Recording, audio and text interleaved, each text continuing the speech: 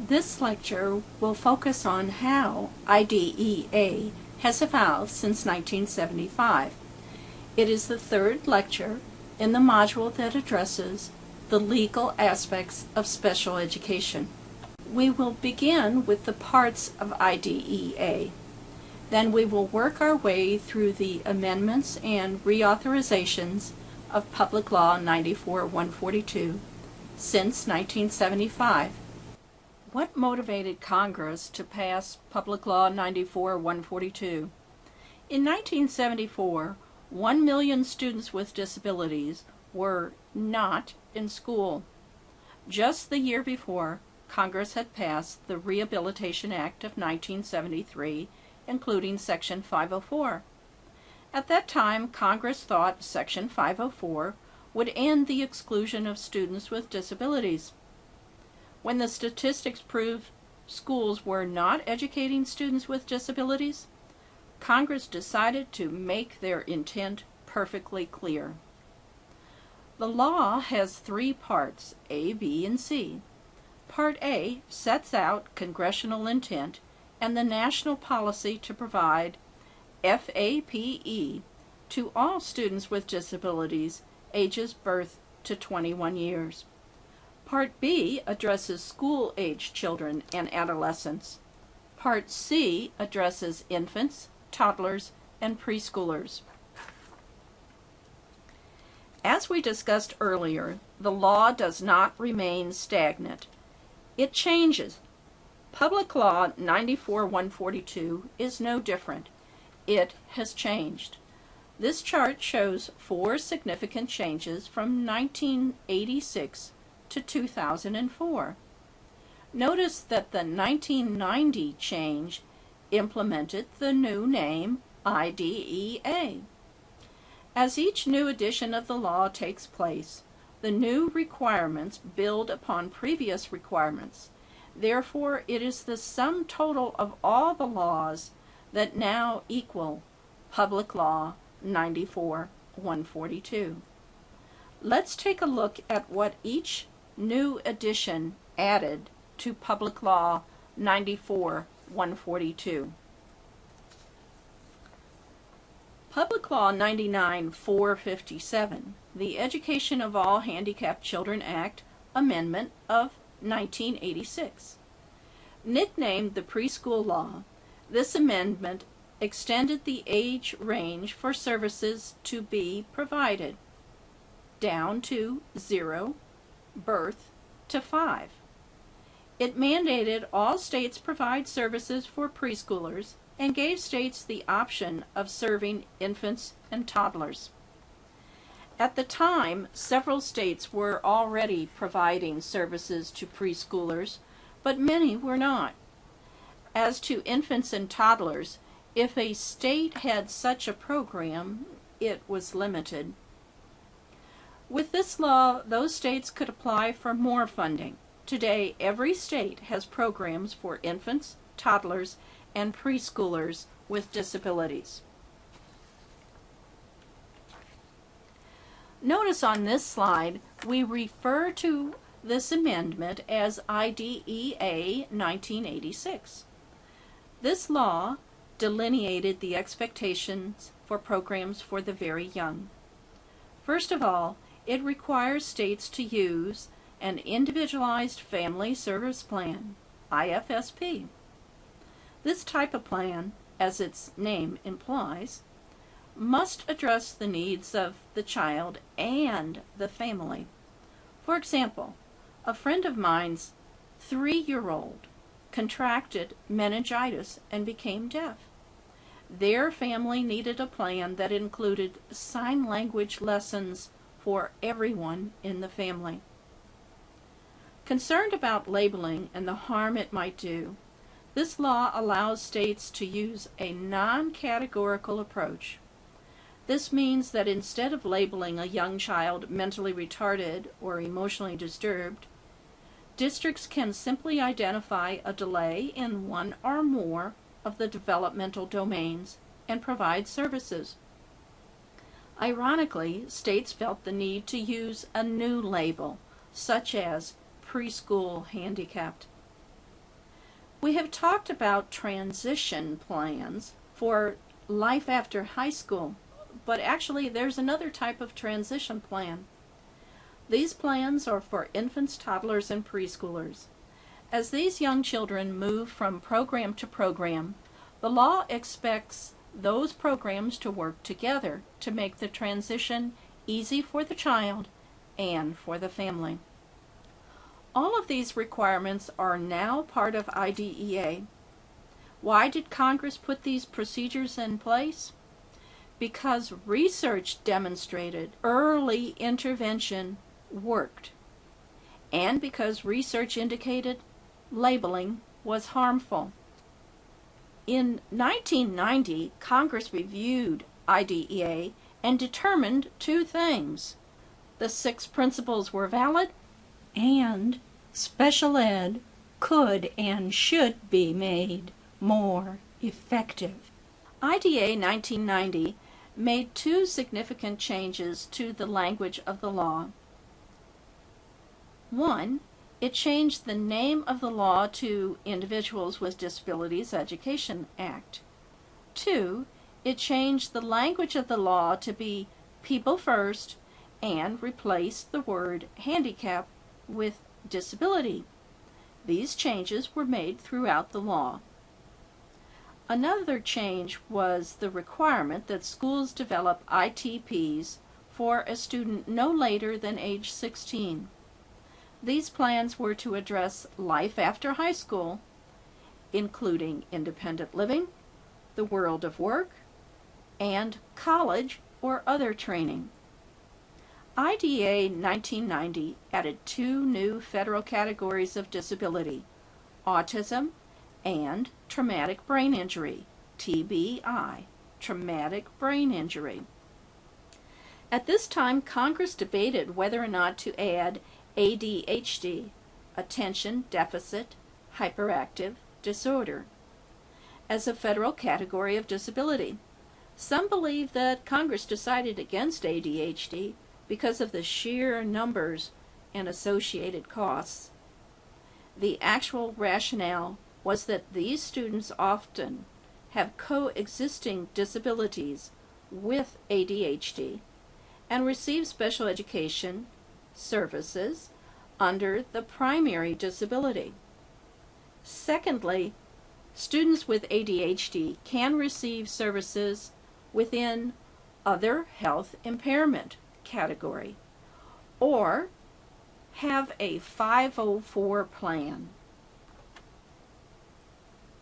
In 1997, Congress reaffirmed that the 6 principles were valid and needed to be expanded. Special education could and should be made more effective. IDEA 1997 seemed to reach right down into the schools and classrooms. Implementing these new requirements wasn't easy. First, it required schools invite parents to participate in the assessment planning and required that the general education teachers attend the IEP meeting. At my middle school, these requirements put us into a tizzy. Usually, we would obtain a parent's permission to test the student, and invite the parent to the IEP meeting. At that meeting, we would share results. I would share information and recommendations from the general education teachers. And if it was determined that the student had a disability and needed special education, we would write the IEP. Later, I would go ask one of the general education teachers to sign. The new requirements meant an extra meeting with the parent before we could get busy and do testing. Some parents didn't want to or couldn't attend an extra meeting. As to having one of the general education teachers attend, it was difficult to get them released from their class. By the end of the year, we had learned how to implement these new requirements. There was great controversy about continuing services for students with violent behaviors. much like our past history, some wanted to get those kids out of my district, my school, my classroom. But calmer heads prevailed, and we learned how to address negative behaviors with behavioral intervention plans. If the first plan didn't work, we had to design a better plan. In 2004, it took Congress a long time to develop the new IDEA. The big issue was aligning IDEA with No Child Left Behind Act, NCLB, which we also say Nickelby. Congress decided the changes were significant enough to warrant a name change. Individuals with Disabilities Education Improvement Act. Its acronym IDEIA, but most people just use IDEA. IDEA put new emphasis on the pre-referral intervention. This premise is in alignment with Nickelby because in Nickelby, schools are required to do whatever it takes to ensure students succeed. In other words, schools could use interventions before they refer a student to special education evaluation. The requirement that special education teachers be highly qualified is also in alignment with Nickelby, which requires all general education teachers to be highly qualified. Highly qualified means that the teacher is certified in the area the teacher is teaching. In 1997 IDEA, students with disabilities were to take state and district tests. IDEA 2004 recognized that some students taking these tests may need appropriate accommodations. For example, a student with good math skills but very weak reading skills could have a teacher read the math questions. Secondly, IDEA 2004 recognized that some students with disabilities may need alternative testing. This is referring to the students with moderate to severe disabilities who should be evaluated on their progress towards life skill objectives. IDEA 2004 changed the identification procedures for the learning disability category. It gave states the option of using response to intervention, RTI. We will take time to examine the RTI concept when we cover LD. As a follow-up to 1997, IDEA 2004 allowed students to be placed in an interim alternative setting for involvement in weapons, drugs, violence. So as you can see, the law is dynamic and fluid. It changes to address the needs of our students and the demands of a changing society. It is important that every teacher have an understanding of the funding layers in education.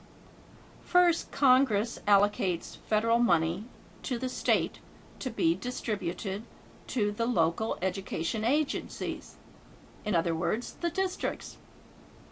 This is based upon the number of students with a disability in a disability category and funding rates for that category. Federal funding is insufficient to cover all special education costs. It is interesting to note that originally in 1975, Congress had hoped to fund special education completely. Currently, federal dollars pay for approximately 12 to 15% of special education costs. States and local districts must provide the remaining funds. Some states use lottery profits to help schools, while other states use state taxes. Local school districts must rely on local property taxes. Special education services are an additional expense over the basic annual cost per student. It is expensive, and the costs vary according to the type of disability. For example, the cost per year for a student who needs speech and language services is about $1,000. The cost for a student who is deaf and blind is over $30,000 per year. The goal of special education is for every student with a disability to benefit from their FAPE.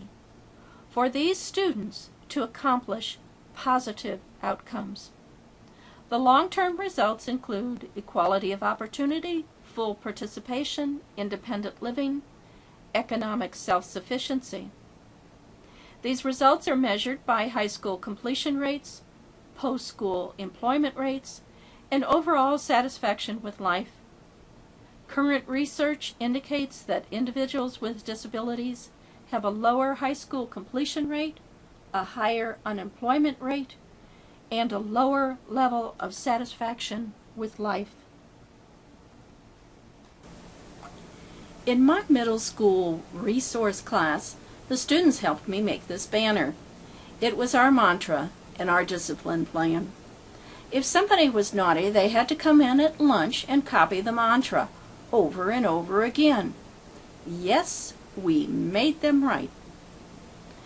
Then we would have a discussion about what they did in our mantra. I really wanted my students to understand the part that said, I am responsible for my own happiness. So I told them a story about myself.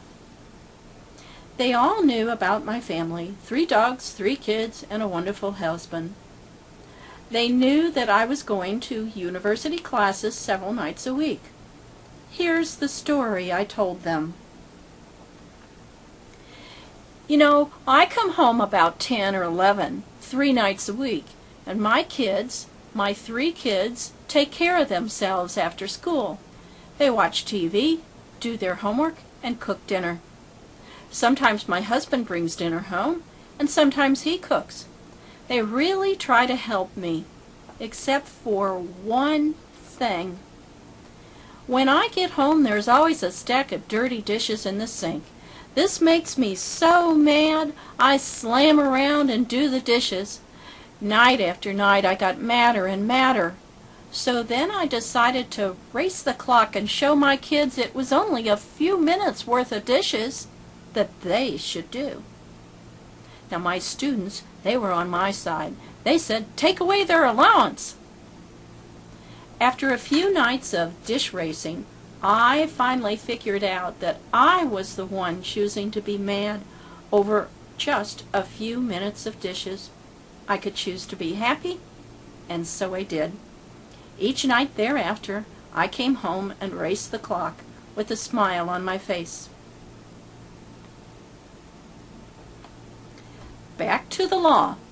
Greater access to general education curriculum meant more inclusion, followed up by state and district testing. Up until that time, most students in special education were exempt from such tests. We simply wrote those exemptions into the IEP.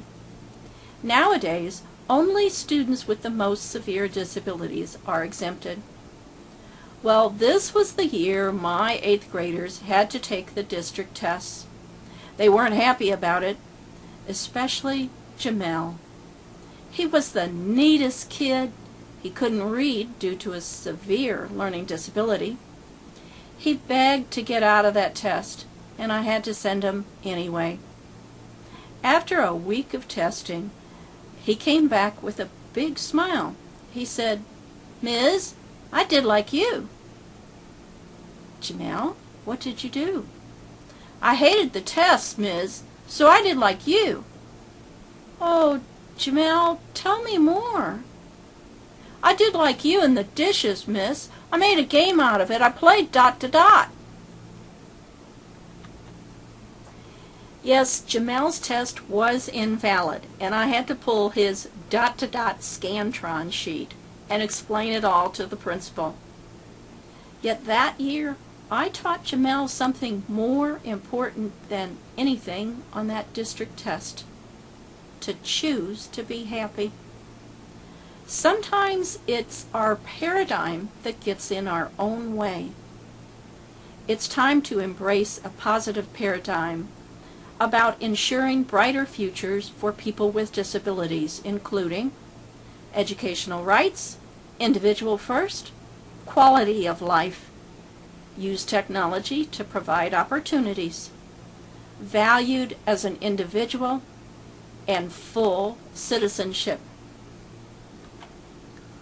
One great paradigm is simply put: education should be special.